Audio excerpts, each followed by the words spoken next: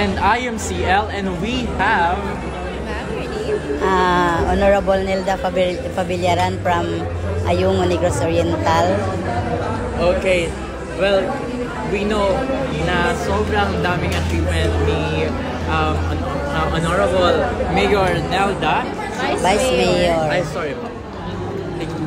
Vice Mayor Nelda. Yes, Pabillaran. Okay, so... being a public servant, diba?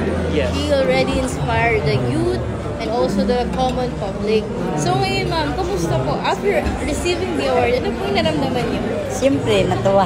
Tuwa po kayo. Tuwang-tuwa ako. Hindi ko man kasi akalain na mayroong ganito. First time sa Ayungin na mayroong outstanding Vice Mayor na nakatanggap ng ganito. Yes, in Dumaguete, right? No, in Ayungin, Negros Oriental. Ayungin, Negros Oriental. Okay. So, nalaman po natin na maybe this is the first time na nagkaroon ng ganitong klaseng award for being the most outstanding Vice Mayor, public servant. Ano po ba yung sekreto niyo? Success. Yes.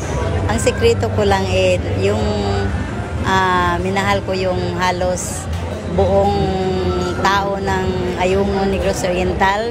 Pinagsiserbihan ko sila ng maayos, lalo na yung nasa upper barangays. At nakita naman nila kung ano ang naitulong ko at serbisyo sa kanila, lalong-lalo na sa mga taong nanghihingi ng tulong. Hindi ko tinatalikuran, kundi kahit papano ginagawa ko ang lahat. Puso.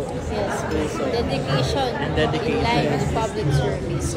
So, ma'am, receiving this award po, the Southeast Asian Premier Business and Achiever Award, tingin niyo po, ano po yung difference na daw sa iba pang award-giving body?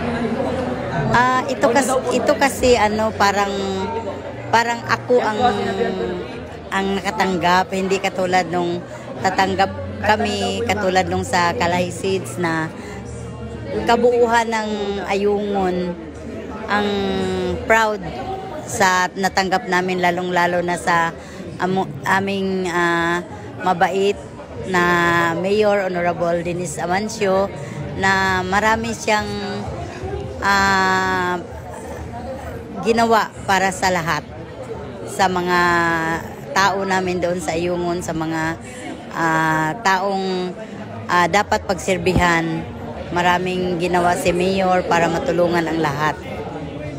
It's really inspiring. And Vice Mayor, maybe this is the first, but we know that this is not the last. Yes. We're really looking forward to the next.